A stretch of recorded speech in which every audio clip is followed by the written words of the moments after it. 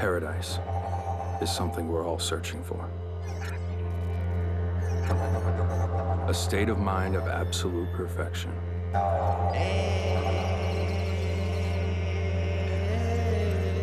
Whether it's white sand beaches, crystal clear waters, swaying palm trees and panoramic sunsets, or that one place that truly makes you feel alive. We all continue to search. But how far would you go to find it?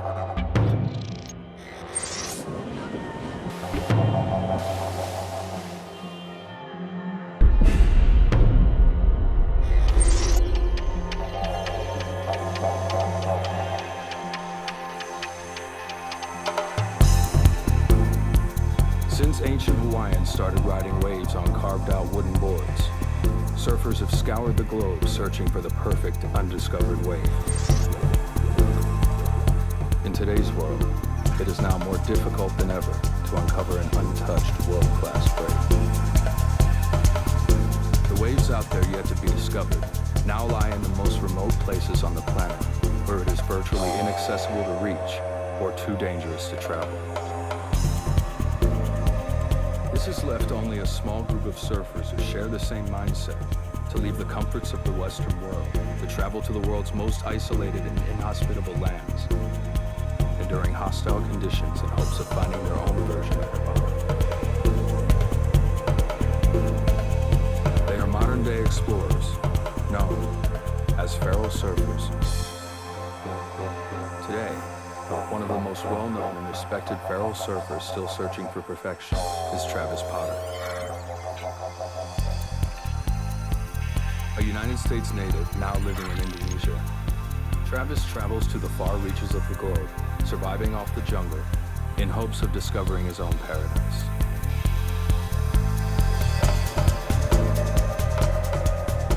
Travis believes to have found an area yet to be explored for waves, with great potential of containing hidden perfection. As I was pouring over the charts and trying to figure out where we want to go exactly, and just kind of searching for areas that look like they haven't been too explored, and I see a spot that's like, wow, this could potentially be really good. The spot lies not only in the most remote region of Indonesia, but the entire world. It is the last frontier in surf exploration. It is the Indonesian province of West Papua, located on the western half of the island of New Guinea. A land with the densest rainforest in the world. An island untouched by time. Struggling with a bloody conflict.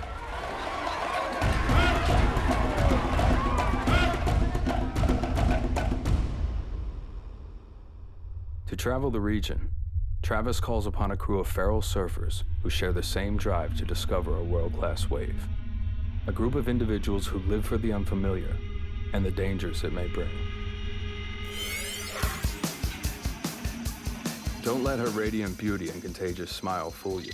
Jenny Useldinger is one of the very few professional female big wave surfers. She is absolutely fearless, charging some of the heaviest waves on the planet. As a free surfer, one of our jobs is to just documenting stuff that nobody else has done before and just sharing a part of our lifestyle that is about going above and beyond surfing down the street from your house. Spencer Frame, a world tour guide and modern-day explorer. When I first heard about this opportunity, I was so excited. I asked Travis, I said, man, you got to take me with you. As a cultural liaison, with my experience with different people and all around the world, I'd be an asset. Josh Fuller, one of the best-kept secrets in surfing, who stopped competing to pursue his own endeavors of searching for waves and solace. Life as a surfer, it's a pretty good deal. You get to surf the world's best waves. You know, along the way, you get life experiences that you won't get doing other things. Jimmy Rotherham.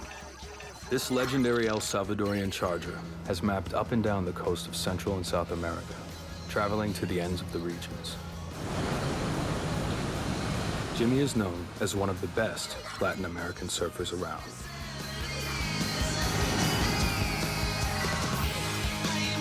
Andrew Mooney, the youngest of all the surfers, is known for his hard-charging approach to the world's heaviest waves. His fearless and often reckless attitude towards surfing has taken him across the globe in search of the next new ride.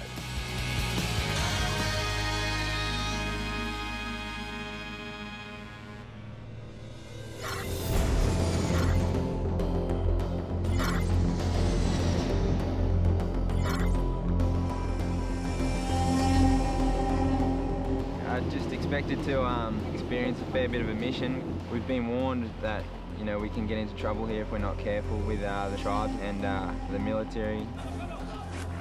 Military says it's fighting a group of separatists of the Free Papua movement in the area. Al Jazeera and other foreign media are being banned from traveling to Papua. Even in modern-day Indonesia, in some isolated and neglected parts, this dark past still seems to live on.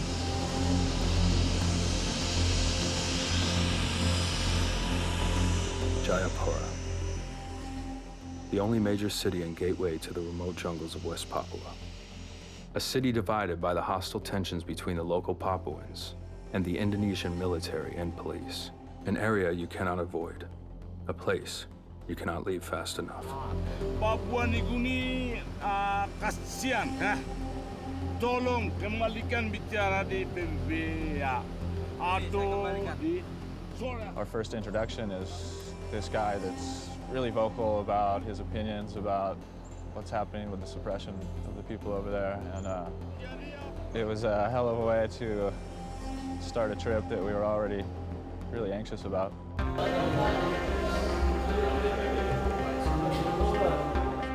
With gear exposed that is valued higher than the average yearly income, it's a race to get out of the public eye. We knew it was a different kind of place, and we knew we just had to get the hell out of there. Bad yelling match.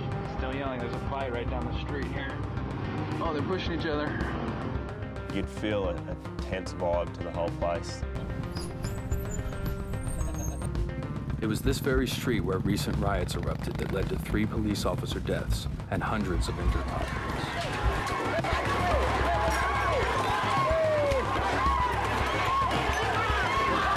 The best way to stay away from any problematic situation is to just get ourselves far away from big towns and just generally people and be on our own.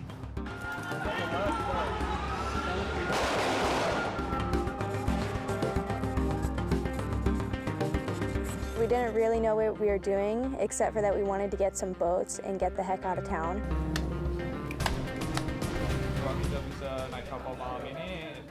Fluent in the language, negotiating with locals is left to Travis. Perfect. Yeah. He establishes a room for the group to hide out in. At least for now, just sort out what we're doing. We'll go to the harbor, figure it out. Okay. Check out a boat. To keep a low profile, Travis goes alone to negotiate the boats out of the city, leaving the cameras behind. To stay under the radar, he has set up a group of fishermen to take them in the middle of the night.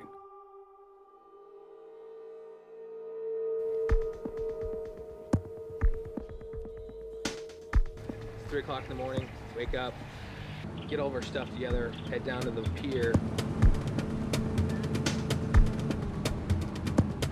We kind of just slipped in the dark and got on a boat and tried to get out as quick as we could, undetected.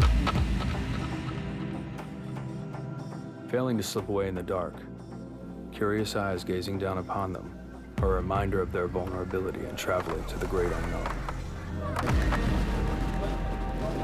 We took off and, we just started driving down the coast. And where we're gonna go is information we didn't know exactly. There are no maps or travel books to guide them where to go. They must give themselves to fate, traveling only by instinct, making them truly susceptible to the elements of the jungle. We're kind of just winging it, looking to find whatever.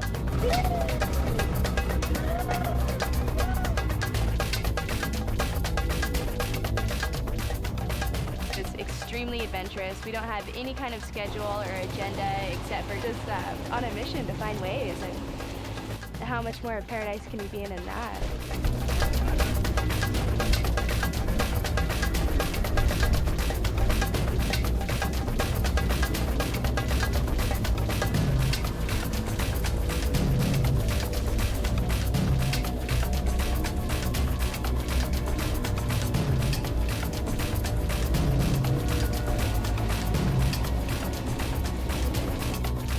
first crew of boats that we hired, they didn't really want to go too far. I think they felt like they'd taken us further than they'd wanted to already. So having just seen a lot of cliff face and no potential for surf, and they told us about a little village.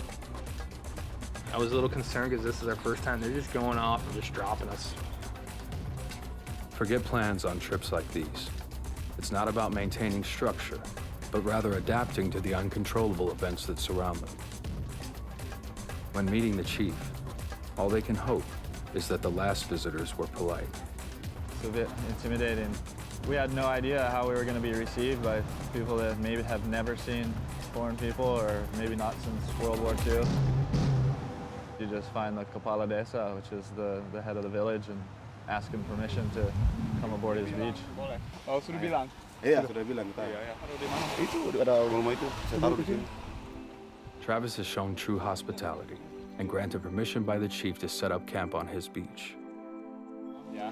So all our stuff's safe right here. Yeah. We can just set up tents, hammocks right here.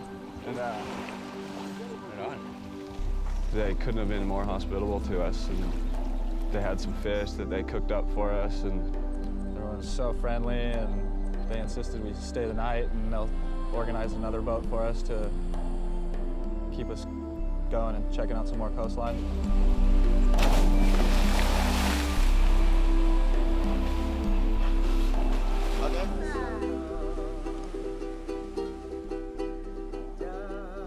They learn that Daniel, the chief, settled with his wife and 5 boys on an isolated stretch of beach where they live off the jungle in seclusion from the rest of the village.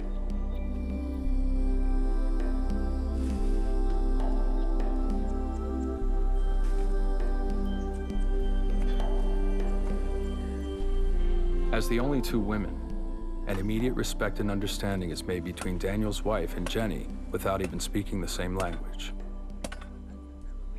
I'm sitting here whacking away at it, she's like, no. He shows me how to do it.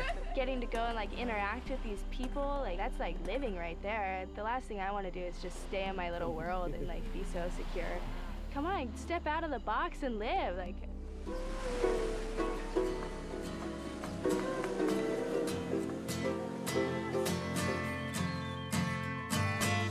Daniel's Beach may not have a world-class wave, but it certainly has its own kind of perfection.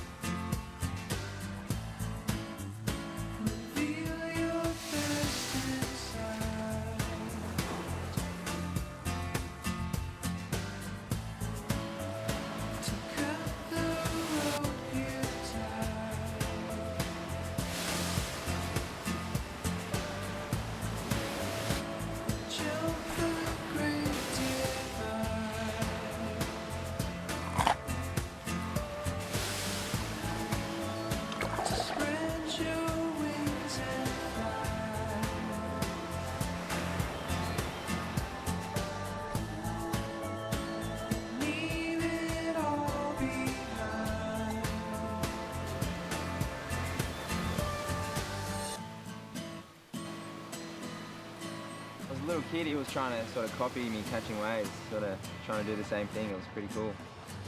I was trying to get him on the board, but he's like, Tidak, no.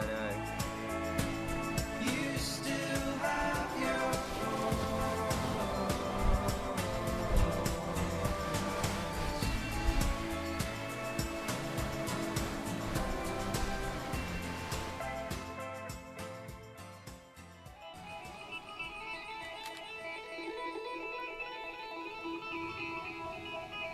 Gather up some stuff to make a fire, crank that up.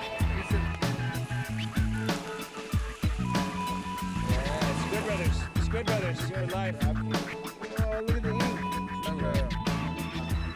Got some of the local moonshine. I don't even know what it was. We got upstaged by the locals in the dance hall.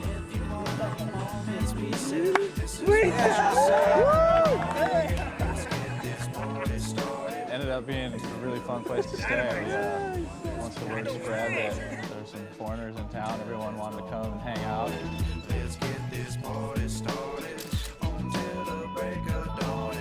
Even though we can't talk to each other, we had a few drinks and we all hit it off somehow, so it was good. The island! By the boat!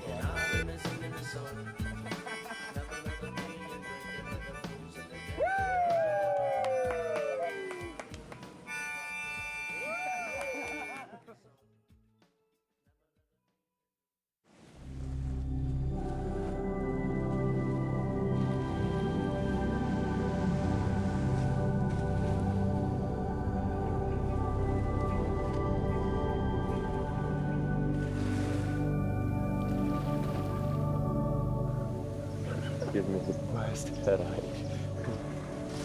I don't even get bit by any mosquitoes, so those are everything.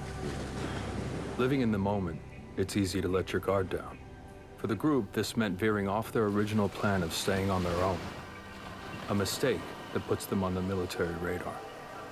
Word spreads pretty fast that some foreigners in town. And I got to the local police in another village a bit further away, and comes back to us that we got to go check in and show them our passports and let them know we're traveling in the area. And so I just brought a couple of the guys with me.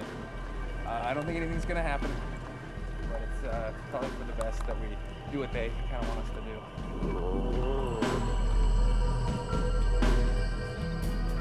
The local police demand their passport information and the details on where they are traveling. They assure them that this is for their own safety. Whether this is true or not, they will take their chances without the aid of the police. Wrote our names in a little logbook and gave them false information about where we were going so that they weren't on our tail.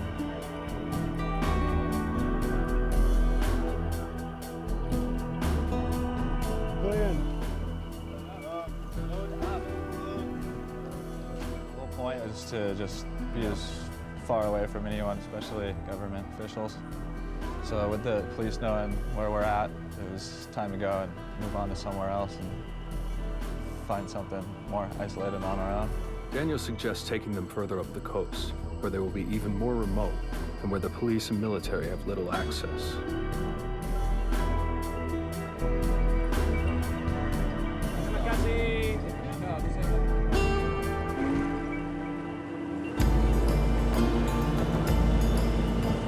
Back into the unknown of what lies ahead. They continue their search for perfect waves along the isolated coastline.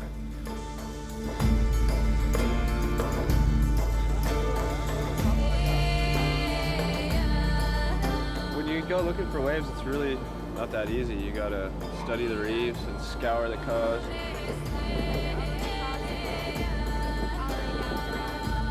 It's always really hard to search for waves by boat.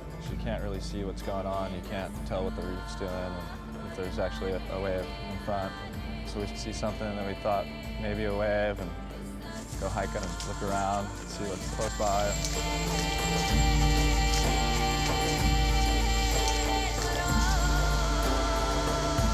The points that we thought had the most potential ended up not being the best waves. On one hand, you're trying to find waves so you can get some footage and get some exposure of it when you get home. And on the other side, we just want to surf really good waves. You know, that's the underlying driving force. As they travel further up the coastline becomes jagged, with steep cliffs lining the shore, creating little potential for waves. So we spent a few days searching around looking for waves, and we found in this particular area it's really inconsistent and can be a long time before swells come. So we end up spending a lot of our downtime fishing, just trying to survive on our own. Easy, work it, show love. With rations very limited, their main food supply is what they can catch for that day. Oh, look at that beauty.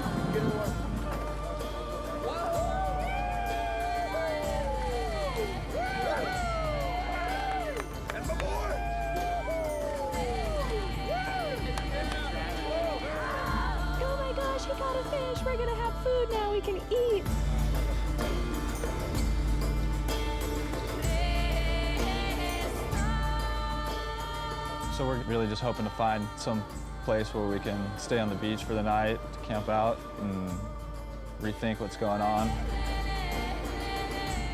Once again, plans are thrown to the wayside, dictated by a low supply of petrol and the steep Guinea coastline. Daniel is forced to dump the team off in a village even larger than his own. Pull up into this bay and a bit intimidated because didn't realize how big of a village it was going to be, and an intimidating welcome with all of a sudden just all these people. Without any other option, they are dropped off and left to figure out their next move. We had no more fuel, and I was trying to organize things, figure out what our next move was, and we could see some potential for some waves further up in the bay. There's one out the back. I was trying to organize things. A couple of the guys pulled some boards out and hopped in the water, went for a paddle.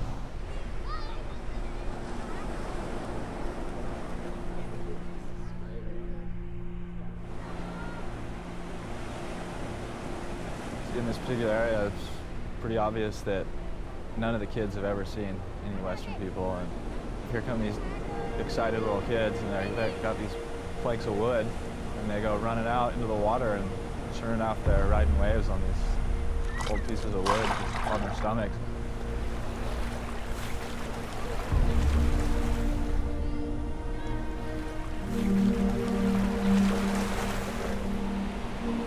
Straight away, pulled some surfboards up for them and trying to teach them how to stand up. It's pretty exciting.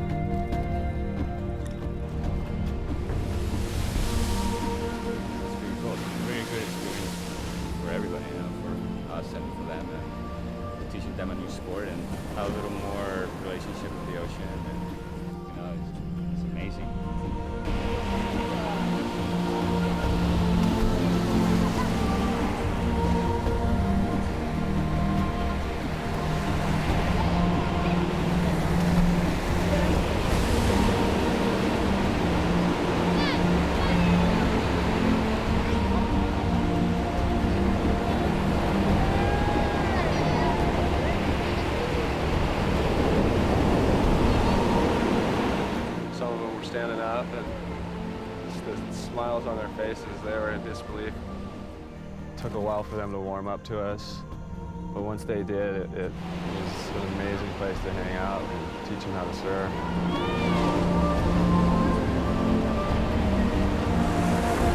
All the guys were having so much fun with the kids and taking them surfing, and nobody would hang out with me. None of the kids wanted to come and learn how to surf by me. Felt like they were just like, oh, girl, oh, stay away. There was tons of kids on the beach, but they were all separate. You know, it was very distinct of female and male. So I was kind of tripping on that factor. You like to surf? Surf? Today, you want to go surf? Sekolah SD. Go to ski?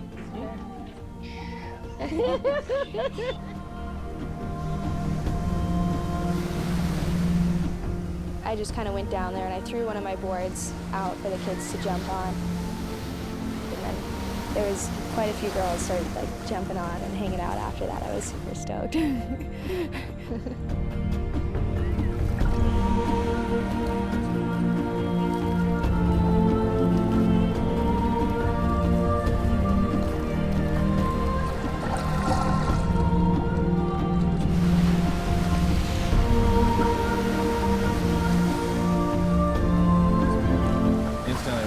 We're staying. You know, this is going to be where we're staying for a bit.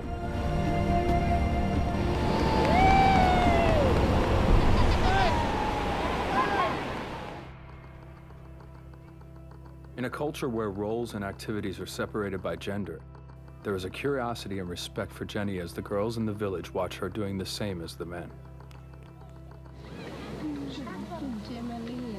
Jenny, good to meet you. Were those your daughters surfing today? Yeah. They were doing so good. They were having so much fun. Jenny is nice. We like her because she's really kind. Oh. Where'd you learn English? You speak so well. I know English little bit only. No. Just little. You're speaking very good. Wow, this is really happening. We're here in this moment with all these villagers. That's so amazing. It was kind of like surreal, to be honest.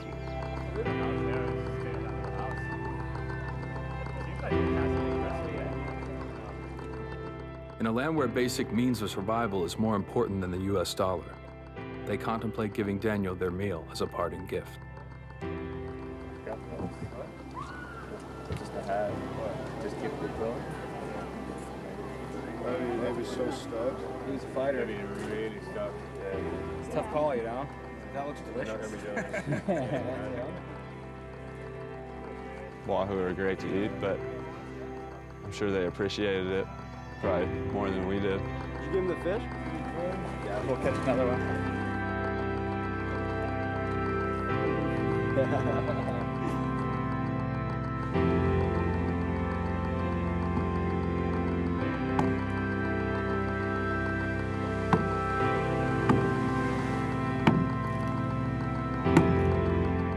It was so extremely beautiful. Everything they need to survive, all right there.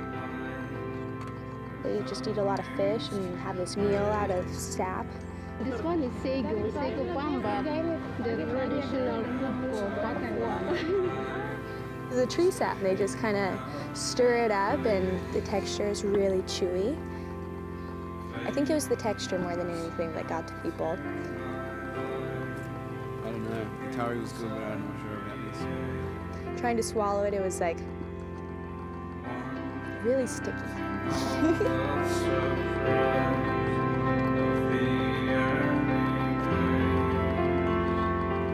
They ended up saying that we could stay in this amazing shack that was just like above the water on stilts. It was just such a dream location. It was so beautiful. This is the front door, which is pretty much the same as the windows. No door, no glass. Set up our beds here at night. Yeah, the hammock if you feel like taking a break, relaxing. This is good in the mornings. This is our headquarters.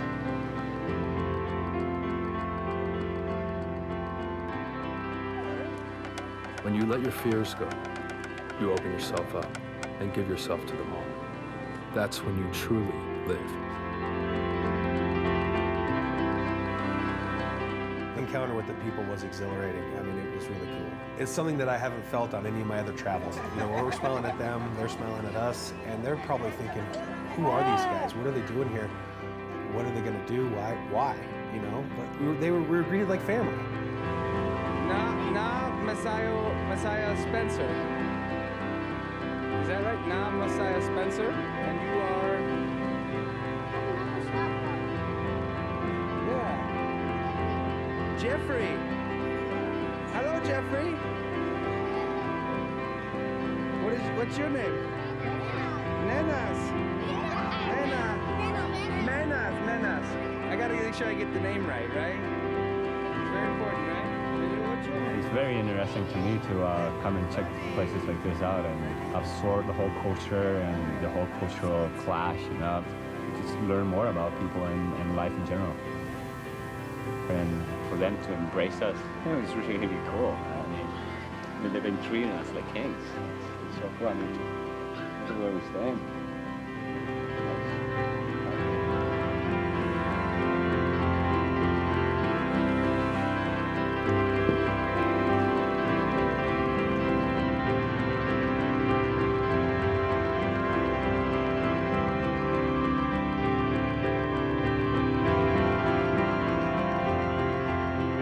Spend our days just hanging out with the people in the village and getting to know them. And some of the local kids would take us up and around over the hills and found some pretty fun little waves to ride.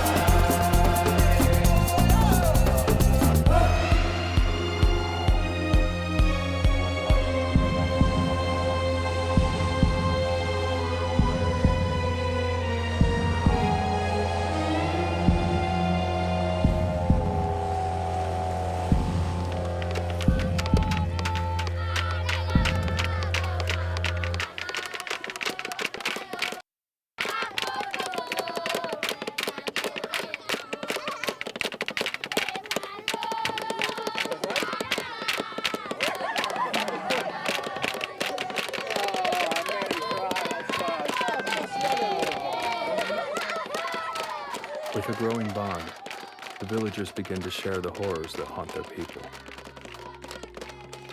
I was talking with her about PNG, and she was born in PNG. That's where she learned her English, and her father's from this village, so she moved back here. She was saying that people that sometimes take things from you. West Papua with Indonesia are still fighting.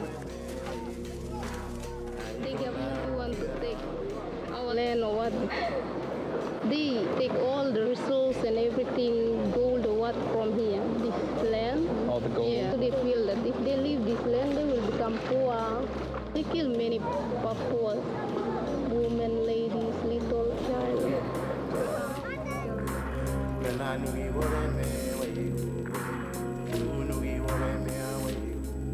Did they ever come here and cause trouble? Yeah, and the people have job already too. If they job are good, they kill them. Like my brother is 3 weeks ago and they killed him and they send his dead body on him. And we already buried the body.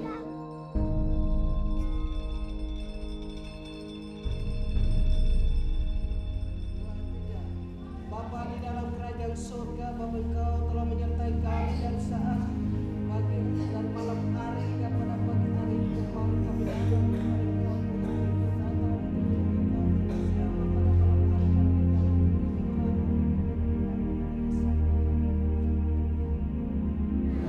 I'm sorry to hear about your brother.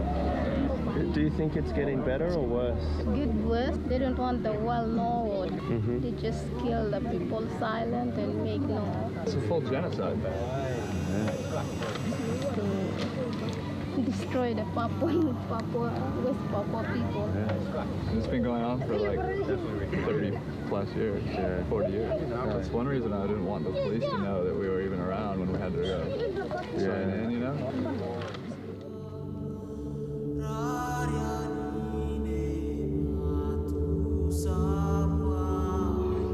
You were able to talk to us about it, because I know it's difficult sometimes.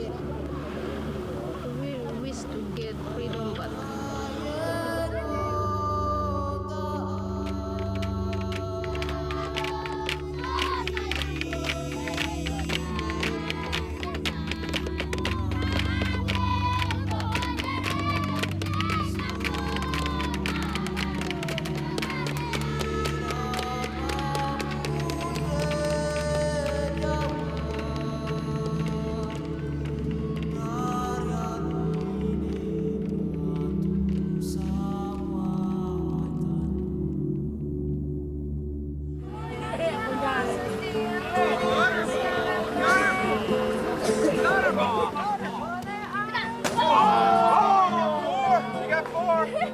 pretty good crew to be with. No one's complaining that we're not finding waves, and everyone seemed to be pretty happy just to take in the culture and the sights and experience something different.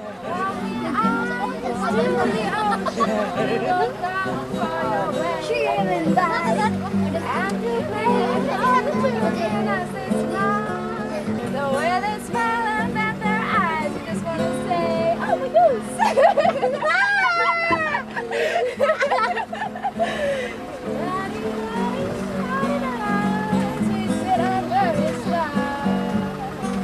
Thank you, God, for letting the bus be so late.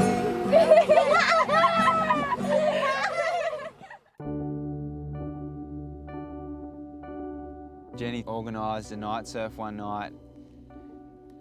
I think I just shrugged it off and you're not going to be able to see anything, and I think I was a bit surfed out. Sitting in the sand, watch the tide roll up. Take a deep breath in as your past fades out. Let everything else just fade into the horizon. When the plan stops spinning and the music stops, take a deep breath in, let your life fade out. With everything else you'll fade into the Just as you begin to feel comfortable within the elements, the jungle will remind you of the thin line between life and death when traveling to one of its most remote parts. Jenny got stung by something when she hit the bottom and didn't really have a good idea of what it was that stung her. It's like a dark spot in there. Let me grab it. I was sitting in the shack here and she came in sort of holding her hand, and she was having really bad pain sort of going up her arm, and Like I can't really move my fingers. I don't know if it's like, I was freaking out, thinking, God, we're stuck in the middle of the jungle. I was worried. I didn't know what we were going to do. You're going to be all right. You're going to be all right. Make sure you just breathe deep. Be in the middle of the night, stung by something in the middle of nowhere without any real medical help available. The fear of that started to really play on Jenny's anxiety. ow. It like got you sideways almost. Yeah, it's like instead of going straight in, it probably went like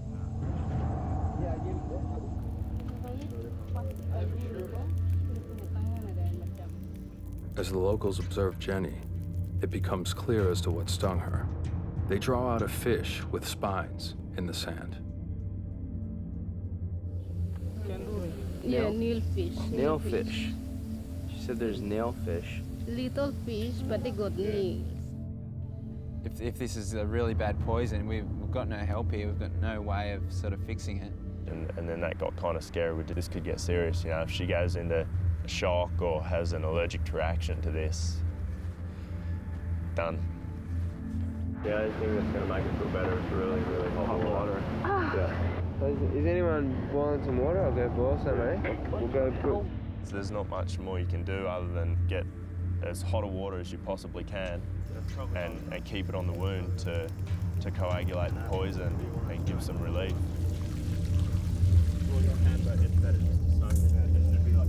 Oh, so much better. Yeah, it's always a little scary when someone gets hurt and they're far away from getting help. It was a pretty good test of how well the group fit together.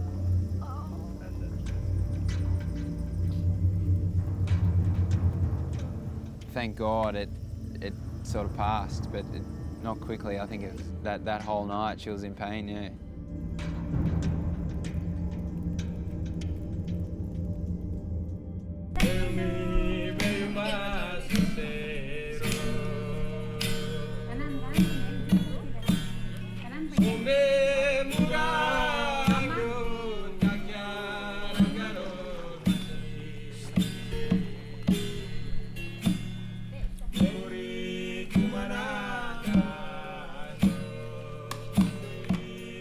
Staying in the village they are now beginning to call a second home.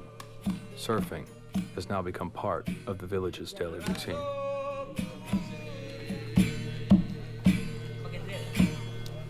every time we wake up in the morning, the first thing we see is the kids playing on the boards, just right there in the lagoon and running and jumping on them. It's pretty cool. to wake up to every morning.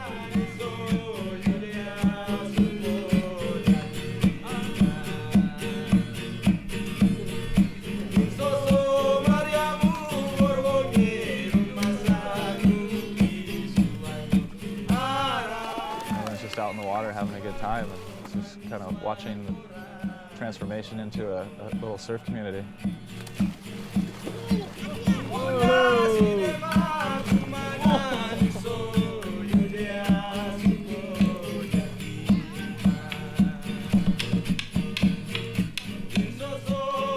The kids took so much pride in getting to show the younger ones what to do.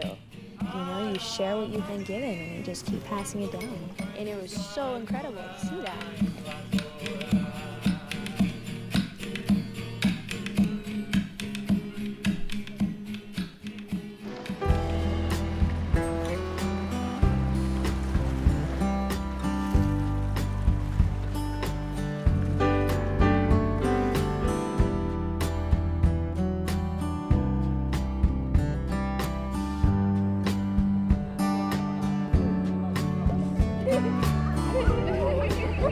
Just a slice of copper moon over the ocean, ocean blue. To hear my whining only tune, to strike a chord that brings me to you.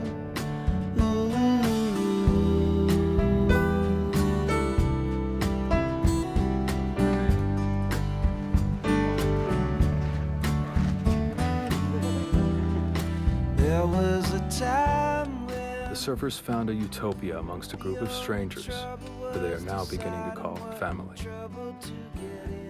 It seemed like we ended up losing track of the whole original vision of the trip, that we're there to go find surf and find something world class, and it's time to go move on again and keep hunting.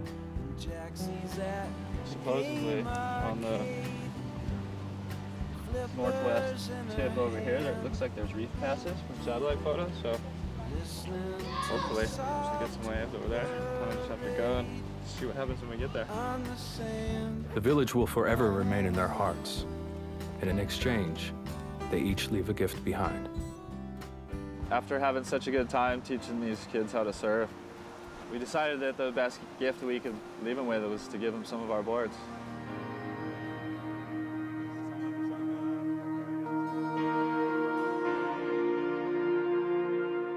It's a good feeling to be able to give something that someone's not going to have the opportunity to ever get again, and especially in a place where it could affect the whole community in a positive way and bring them together in a way that they never had before. Come back in 6 months' time, they'll all be surfing pretty well. Here's the future generation of rippers from Papua.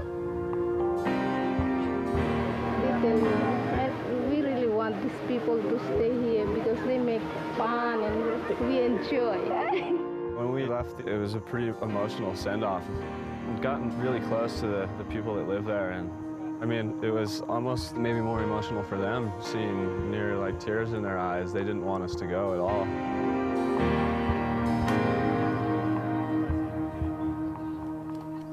Living in fear, isolated from the rest of the world, hope had finally come to their doorstep. A letter to the Swiss to help them get their freedom. And in the bottom, Papua Merdeka is like free Papua. It's like giving me the goosebumps before. We try to keep this in like a very special place.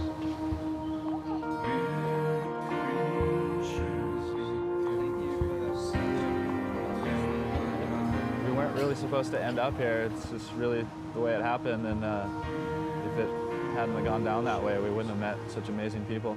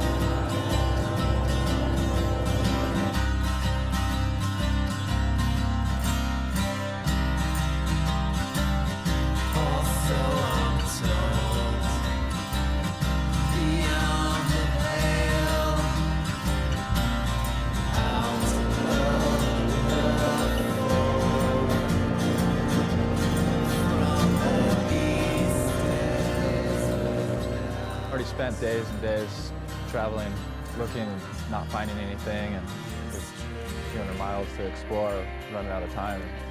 We're on the second largest island in the world, so we got to cover more ground quickly, so we figured we'd find a village that had cars and check out some more maps and see what kind of road access there is to the coastline.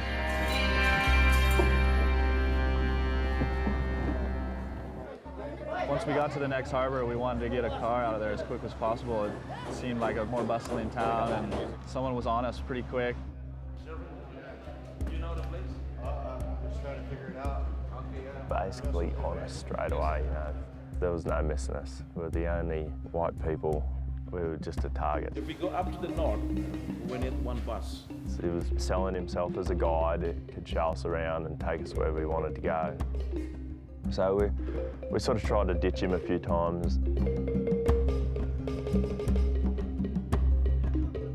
And it wasn't really working. He was pretty good. It was like glue. We just couldn't get rid of him.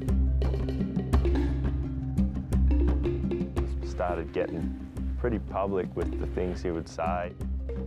Indonesian, they come here to try to cut everything what we have here. They steal our mine, gold, everything. Killing people. We talk to them. We want to talk. We don't want to fight. But people in Indonesia, they don't want. They want to shoot, kill, shoot, kill. We don't want to die. They're way more outspoken here than the last place we were at. Heavy stuff. Some heavy stuff. 10,000 people in Papua New Guinea. We will return very soon. People from this island. Yeah. He's talking about West Papuans that went to Papua New Guinea that are going to come back. And I don't know, it sounds to me like a revolution. This could be a little dangerous. Whether they're skeptical of the man or not, the executive decision is made to bring him along as their guide. He spoke really good English and had a lot of knowledge of the area. For me, it seemed like this would be a good guide, not only to find out more information about what's really going on over there, but as well using him to find some really good waves, hopefully. We ended up just getting one big bus for everyone. We're just going to get in the bus and drive all night. We don't really know what to expect, but from talking to a bunch of the locals, they all sort of seem to think that's a place where the big waves come in.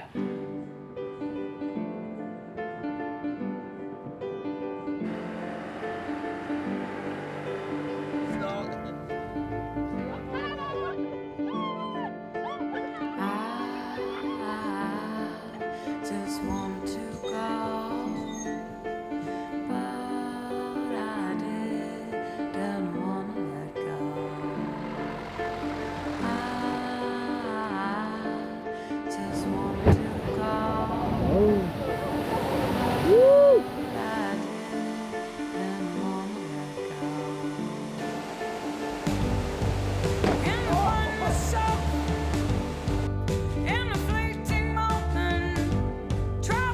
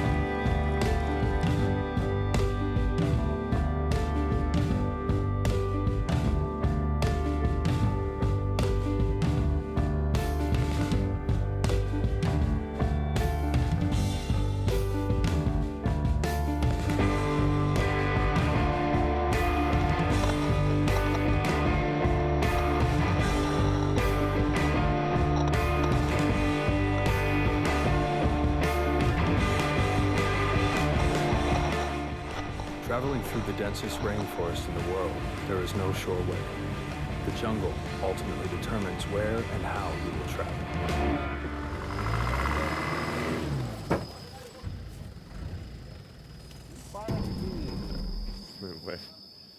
We're in the middle of the bush. Let's go, boys. There's no way back, no way forward. Let's go. Well, We're on foot from here. This is serious malaria territory. Not to mention the spider that was about this big that we just seen crawling on the windscreen. Let's go. All right, let's go. We're following.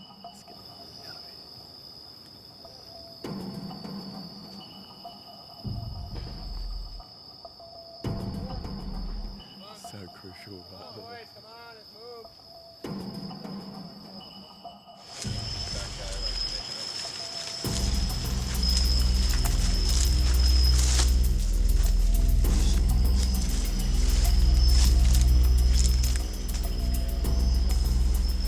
This man is I'm not sure. So I hope he's in home. I don't know.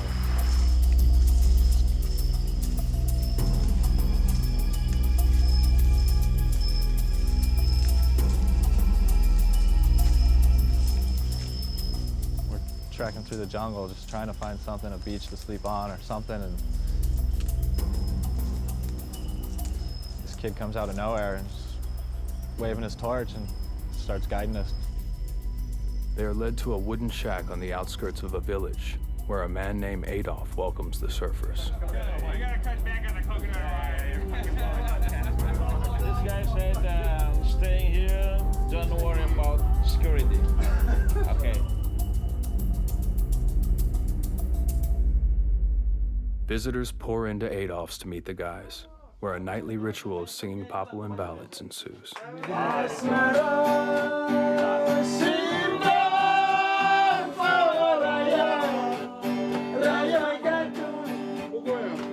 The music starts lighthearted and upbeat, but as the night progresses, the music begins to reflect the pain in the Papuans' hearts, which is evident in their eyes.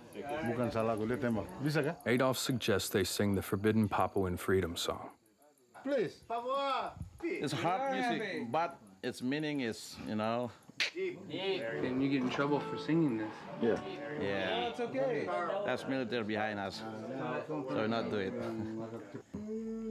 Sam Kapisa, 4 years ago, he went to Holland. He wrote one book about Papua, like this, about singing and the story.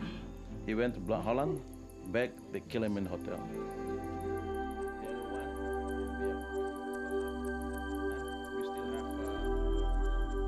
The Papuans rely heavily on music to tell the stories of the struggles they endure. Mother. There's a mother when you're little kids. Your mother will really take care of you. Right? When you walk, when you're running, you fall down, your mother always go there, take you up. He love you. So this man is singing this singing song to remember when his mother died.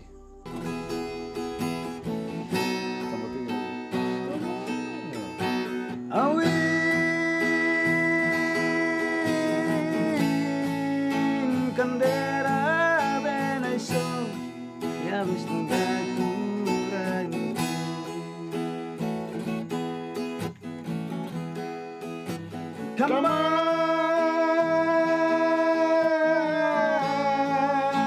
marmor ben I saw. Ya gue ambil dari Mapleine makaruaro. Ancho. Muya nama subena.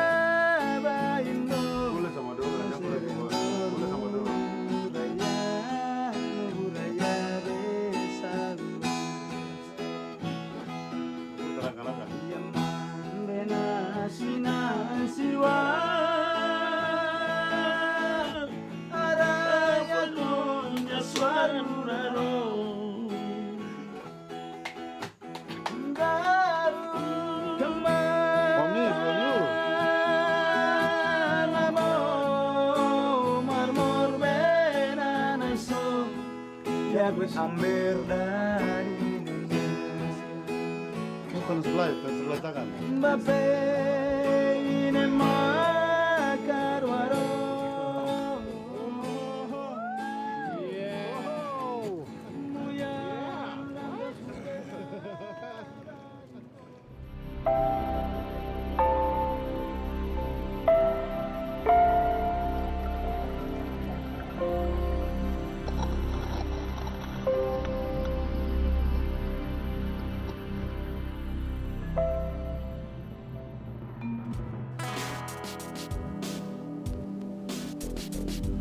It's been a while into the trip, and we had some fun surfs, some fun sessions. A ton of variety that on its day looked like it could be amazing. We're surfing really fun, perfect waves, but we were there for serious waves. Overhead, world-class barrels. It didn't look like they were coming.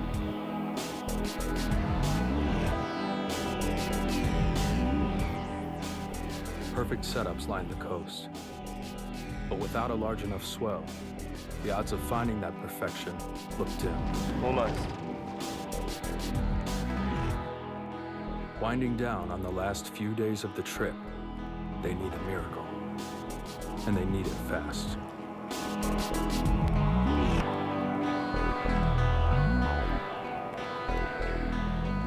Fate or pure luck? That following morning, the calm shores from the night before begin to rise, and signs of a major swell, capable of creating large waves, start to show. We had a swell pop up for the last 3 days, and it looked really good.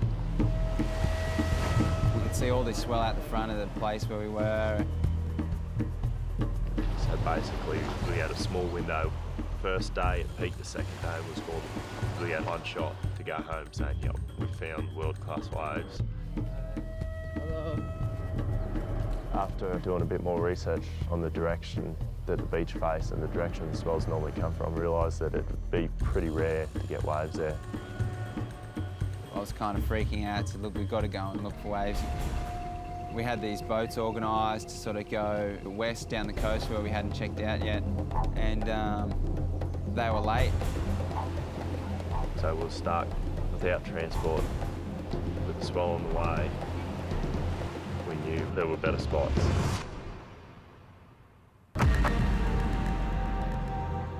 There was a scooter at the place we were at, and we were able to fit one person with the camera on the scooter to go try and find waves. Mooney got the shot.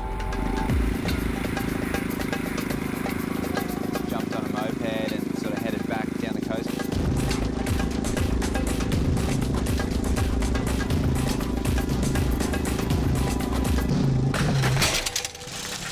And we hit a bump and then went down with the bike. Sort of got a big gash on my toe and kept going.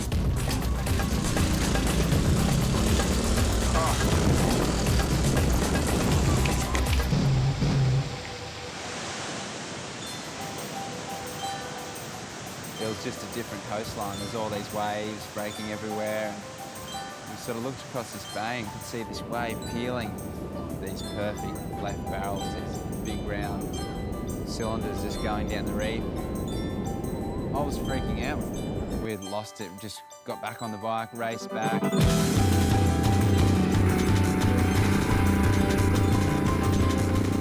He came back, just lit up, that full-on surf excitement that we all look for, and he just, you know, couldn't settle him down. We were in disbelief that there was this wave that was going on, and we weren't there.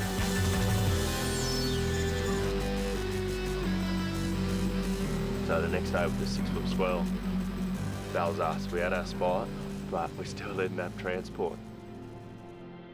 In our heads, we know that it's the best waves that happened the entire trip, and we're sitting there just trying to figure out how to get there.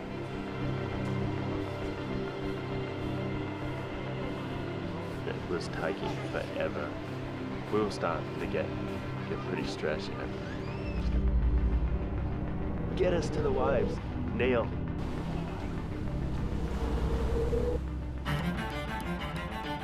And then finally, the boat showed up. And there's not nearly enough room for everyone, and I'm just frothing to go surfing. And I just remember saying, every man for himself. So I kind of had a little plan up my sleeve to get there on my own and get there quicker. So I talked to the owner of the bike that Mooney had wrecked, worked out a deal. I told him I could fix your bike if I can use it for the day. So I let those guys go on the boat.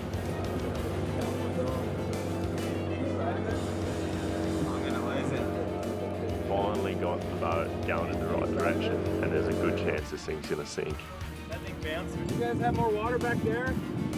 The boat was not seaworthy. There was water pouring in it. We had way too many people and way too much equipment.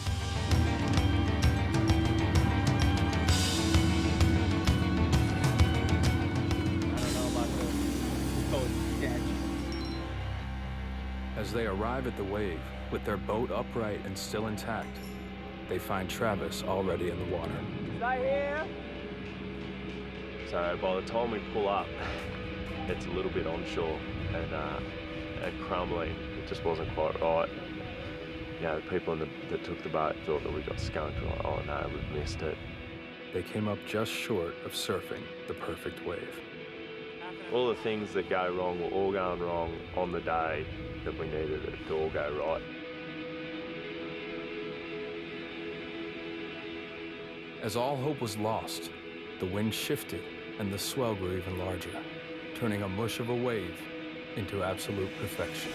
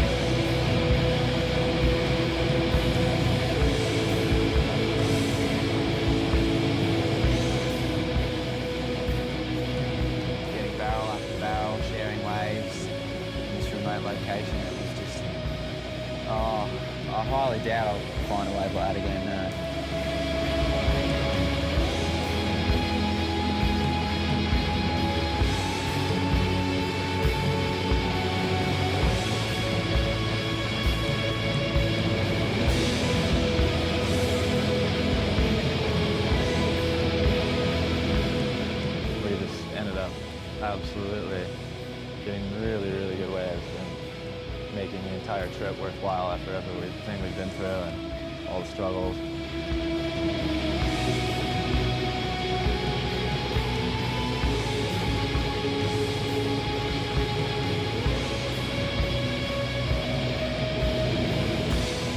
It was everything you'd ever hoped for to find on a surf trip. It was perfect left. Perfect ride. It had everything.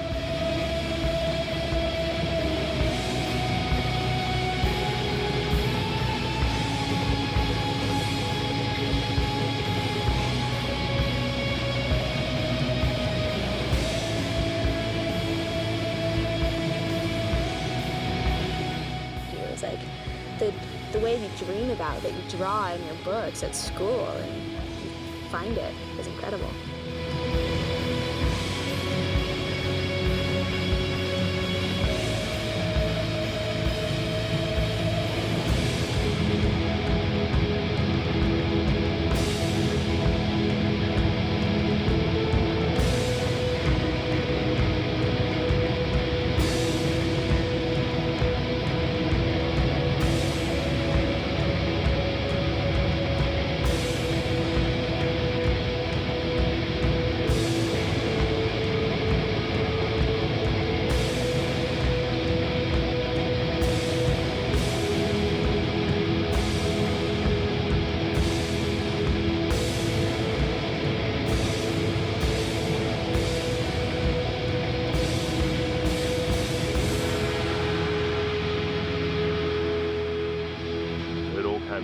for that one day, you know, for one surf, and it was absolutely worth it. And he's like, yeah, we did it. He scored.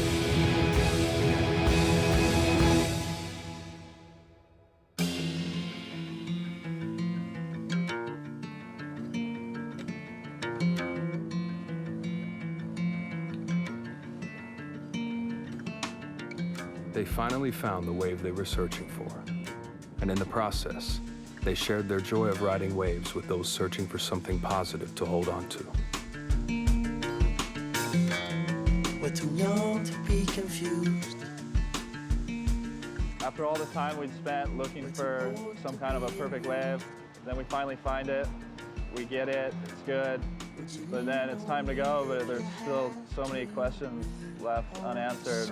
It was sort of like, it wasn't as fulfilling as you would have thought going into it. It's too cold to catch a fire. There are burdens on the pile. Maybe we could make up an answer to their question. We found some world-class waves, and we've kind of accomplished our goal, but there was still something missing. I mean, we were leaving people that desperately needed our help. We have the opportunity to tell the world about what's going on and give these people a voice, which hopefully will make some changes in their future and in this part of the world for sure.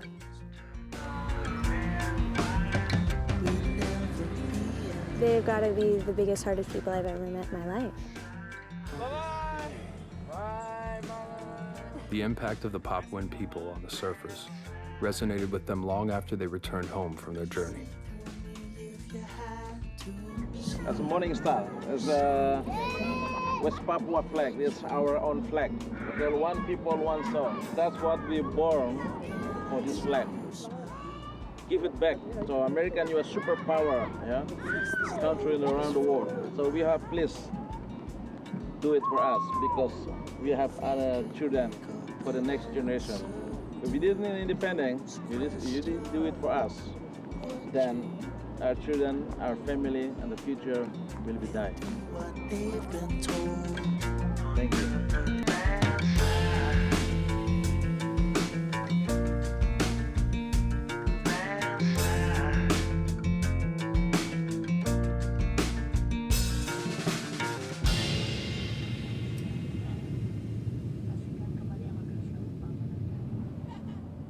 Returning back to Jakarta, West Papua would nearly claim the life of one of the surfers.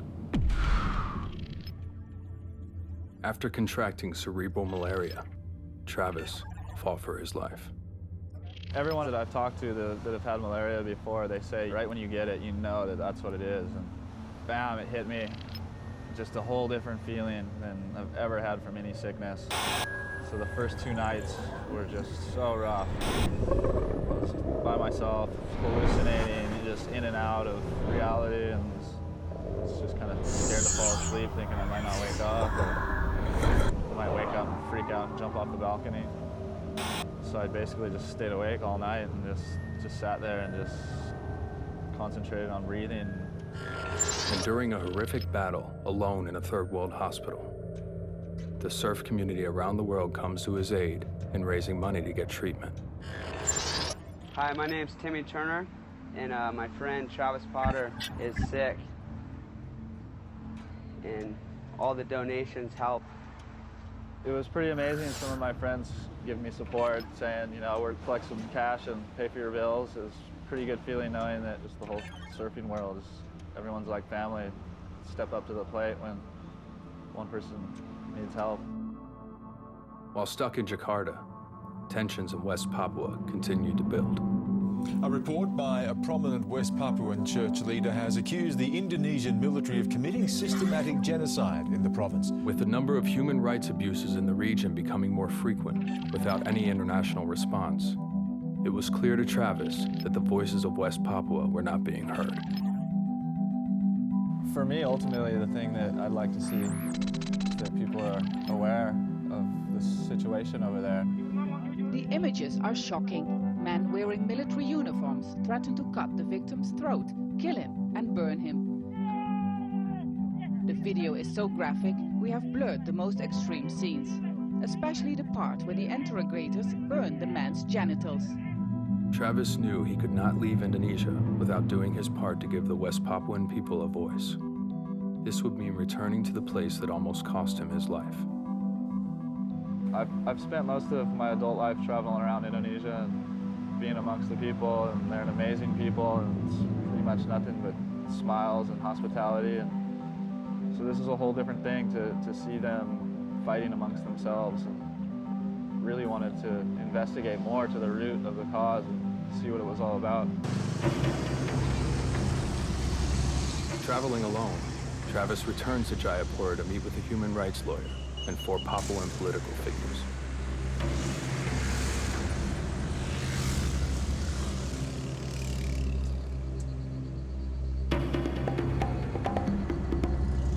Well, on the way, there's a lot of different feelings going on, anticipation, a little bit of fear.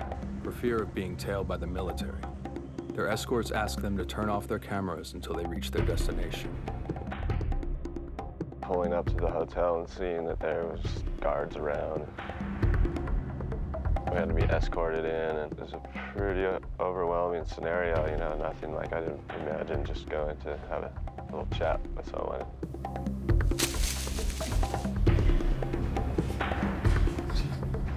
The men were on edge at first when meeting Travis. They feel like they're always being watched and followed, and it is a bit intimidating. Speaking out against the Indonesian government can be considered an act of treason. With the prohibition of journalist visas, these men believe this may be the only chance for their voice to be heard. They know that, like you coming, and we are sitting now, they know that we're speaking about Papua freedom. So this is the problem, that you will not have free to have information. The struggle began in 1969 with the Act of Free Choice. Under the agreement, the Dutch will transfer to the Indonesians the administration of the territory they both claim. Until full transfer next May, it will be administered by the United Nations. And in 1969, the Papuan natives will vote on... The Act of Free Choice was a vote on whether West Papua would relinquish sovereignty under Indonesian rule or become independent. The vote, decided by approximately 1,000 people, was to stay with Indonesia. The validity of the vote was challenged by West Papuans with claims of corruption and intimidation. After the Act of Choice in Papua, Indonesia has met many lots of human rights in Papua. They killed many people. How often do they kill the people? Still. After they kill, shooting by the gun and then carry. And then throw it to the sea. The parents in the bottom of the house, but in the house, the daughter of the parents just used by the military. But there are many things happen like that. Around the largest mine in West Papua, the Grasberg mine, is where the majority of human rights violations have taken place. The mine is not owned by Indonesia, but in fact the Freeport-McMoran Mining Company, located in the United States. Freeport has paid the local police and military $79 million over the past 10 years in connection with security operations conducted on behalf of Freeport-McMoran.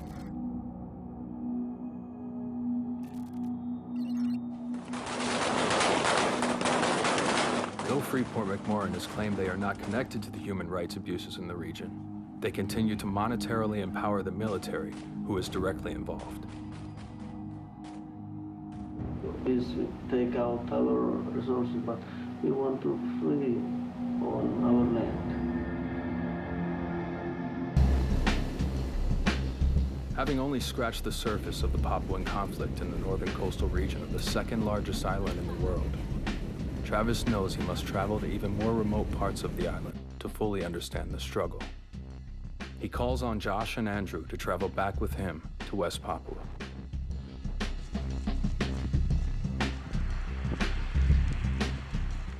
We wanted to go see firsthand for ourselves the area that was sort of the original area of all the conflict and the area that's been the most affected and the culture that's been pretty much wiped out up there. So we wanted to go find out a little bit more about the situation. Being up in the highlands, we were able to get a lot better idea of the whole assimilation process of how they're bringing the tribal culture into a more modern state and forcing change upon them. Pinus Gore is called for the fetal, men fetal. Only for oldest people still wearing the Pinus Gore. But the oldest getting very old, they died. And the younger people, they don't wear no more because of modern influence. They go to school in that city, they want to do the same as what they learned there. That's the system made by Indonesia.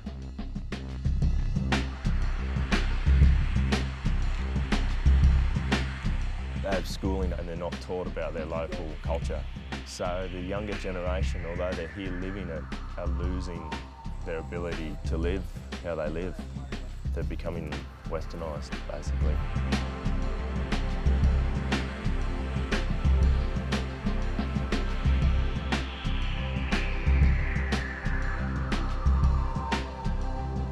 Situations of the past are an assimilation process that one group of people are forcing their beliefs upon another. In order for it to work out, they have to destroy the original culture until it's nearly lost. There won't be people living in such a simple life with everything they need right here for too much longer, With their newfound knowledge, Travis, Andrew, and Josh decide to make one last stop before returning home. The one place that had changed their lives forever.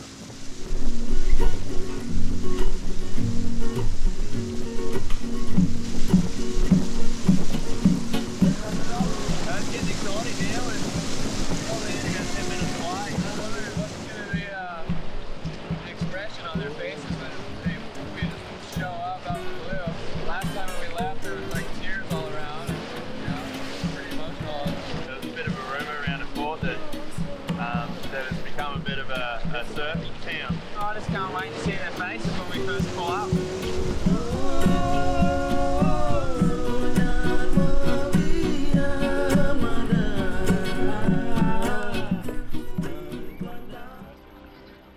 There was a hope that they'd all be out in the water surfing and that they'd see us and recognise us straight away, and it would be a big sort of party that we're back with the surfing. So, here we are. It was a little bit disappointing. It was pretty much deserted and there wasn't a ripple of a wave. Jamalin? From the new face on the beach, they learned that Jamalin, along with many other villagers, were no longer there.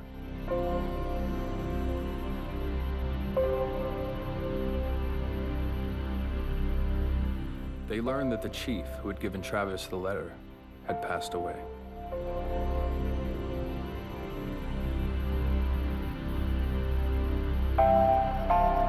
The village they once loved was no longer there.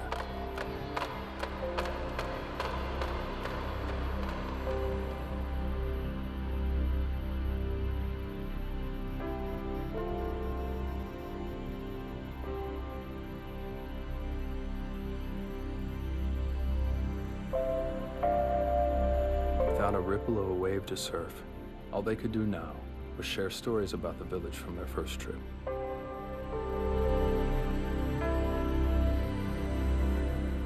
That was until a familiar sight was spotted in the distance.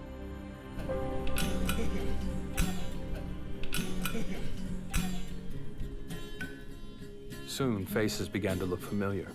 What's your name? Nenas. While many of the villagers had left, the surfing stayed.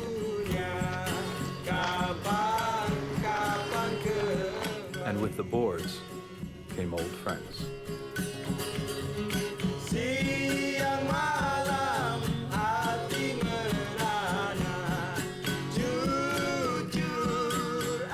Even without any waves, the kids still found a way to surf.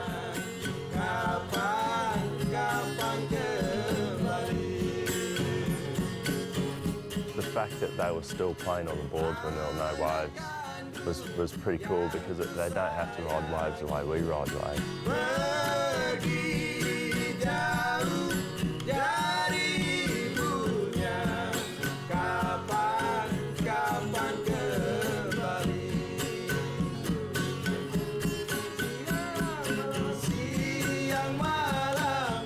It was once again beginning to feel like the place they had left.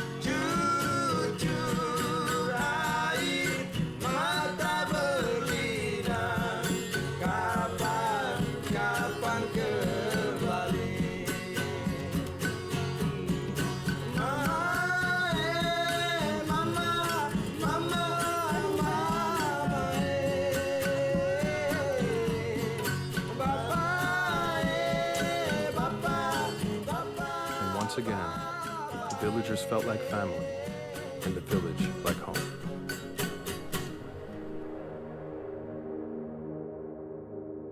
That night, they discovered the reason why so many of the villagers had already left. Oh my gosh, look at this shit. Parking area, souvenir kiosk. They're gonna have like a pier for fishing over in here. So they're gonna dredge this whole thing. It's gonna be a whole nother world here. The locals explained that the destruction of their village, consisting of 3 families since their ancient ancestors arrived, is to make way for a hotel resort. The reality hits the surfers when the villagers present the development plans. This place is totally 100% self-sustainable, and they're just gonna take it from us. So lucky to have found it, oh my dad. In a year's time, they won't be able to live their lifestyle anymore. They won't be able to fish the river. They won't have access to the beach. They'll just be kicked out in a tourist hotel, sitting on the prime land, the most pristine spot. And without that spot, I don't think they can be self-sustainable anymore. Outside of the villagers' control, they are being moved off the beach, houses torn down, graves uprooted, and are being sent up into the hills. When they dredge it, there will not be a wave here anymore. No one will be surfing. That's just the worst news ever, that this place is going to be destroyed next year. It's just sad, eh? Yeah. Makes me really sad. Yeah.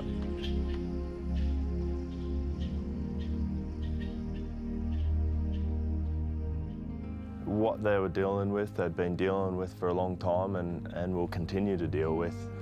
You'd love to be able to do something. Try and bring awareness, and that's really about it. Without the world really caring, nothing happens. The whole world really has to get emotional about it. It is clear that they really were brought there for a reason.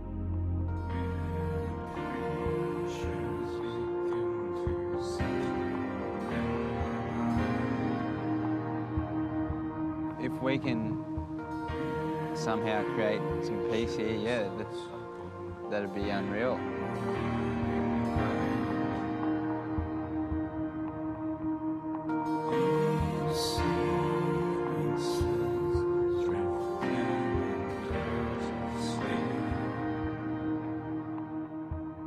This whole thing started out as just a place to go explore as a surf mission, and it's become so much more, and really it's become such a part of my life and affected me in so many ways.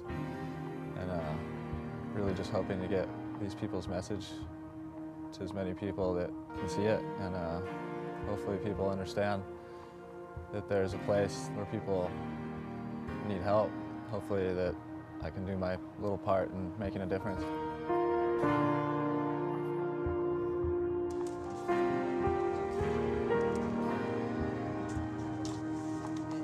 So we've taught these kids how to ride waves, and now they're a part of this bigger tribe that's everywhere in the world. They won't be forgotten. We'll take care of them. They're like family. The same tribe that came forward to aid in Travis's struggle for his life. A tribe consisting of riders all over the world who truly call themselves a surfer. A tribe that will carry the Papua's message so that their struggle will not go in vain.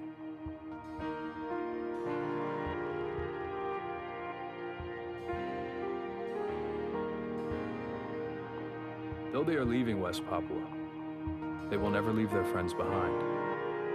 Their journey with them has only just begun.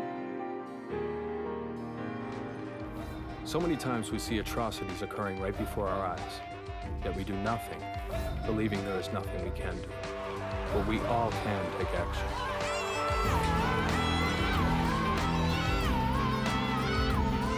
Carrying a letter from one of the most isolated parts of the world comes a mission for change for a people who never thought their cries would be heard.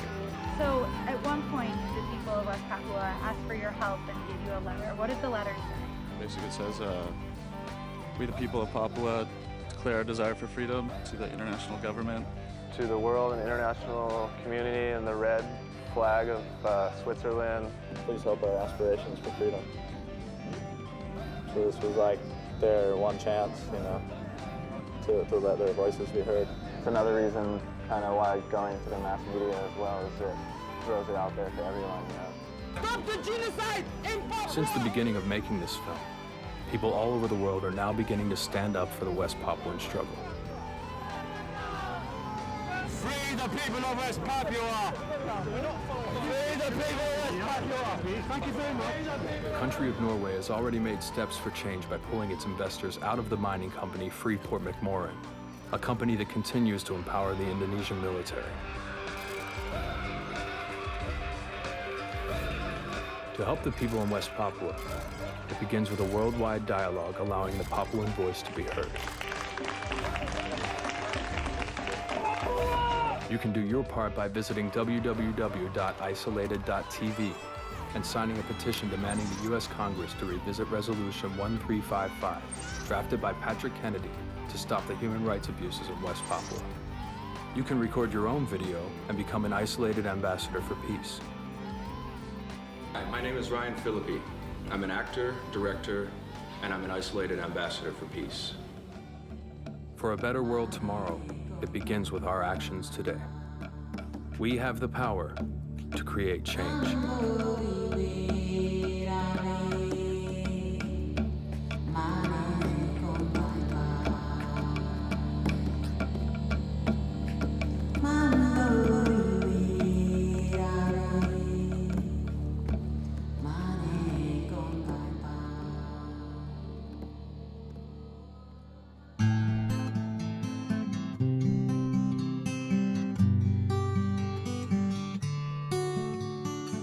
How you doing? My name is Travis Potter. I'm a citizen of the world, and I'm an isolated ambassador for peace. I'm Jenny Useldinger, and I'm an isolated ambassador for peace. My name's Josh Fuller, and I'm an isolated ambassador for peace. Alright, I'm Andrew Mooney, and I'm an isolated ambassador for peace. My name is Jimmy Rotherham. I'm a professional surfer, and I'm an isolated ambassador for peace. Hi, my name is Brittany Snow. I'm an actress, and I am an isolated ambassador for peace. I'm Matt Dallas, and I'm an isolated ambassador for peace. Hi, I'm Tia Blanco. I'm a surfer, and I'm an isolated ambassador for peace. Hi, this is Greg Hetzen from Bad Religion, and I'm an isolated ambassador for peace. My name is Anastasia Ashley, and I'm a professional surfer. I am an isolated ambassador for peace. My name is Karen Caples, and I'm a skateboarder, and I'm an isolated ambassador for peace. I'm Levin Rambin, and I'm an isolated ambassador for peace. Hi, I'm Mark Brewer. I'm a photographer, and I'm an isolated ambassador for peace. My name is Jack McCoy. I'm a cinematographer, and I'm an isolated ambassador for peace. My name is Jeff Corliss. I'm a professional base jumper, and I'm an isolated ambassador for peace. I'm Britt Robertson, and I'm an ambassador for peace. My name is Eric Ellington. I'm a skateboarder, and I'm an isolated ambassador for peace. Hey, I'm Cody Simpson. I'm a singer-songwriter, and I'm also an isolated ambassador for peace. I'm Jason Simon. Parvati Shallow. It's Justin Baldoni. My name is Anjali Cabral. I'm Duncan, and this is Ben. I'm Susan Holmes McKagan. Hi, I'm Amber Arbucci. I'm Randy Wayne. I'm Tony Cavallero. It's Roberta Mancino. I'm Joel Michael. Monica Keenan. Chris Gallia. Jason Trost. Cassie Skirbo. I'm Ruben Stewart. I'm Fievel Stewart. Jen Lilly. Damian Holbrook. Elgin James. Felix Eggleston. Sarto Sari. Sean Whalen. Robert Anthony. Brooke Lander. Brian Kaczynski. Jeremiah Smith. Matt Smiley. It's Renee Van Winkle. Jeremy McCormick. Kyla Pearson. I am. And I'm an isolated ambassador for peace.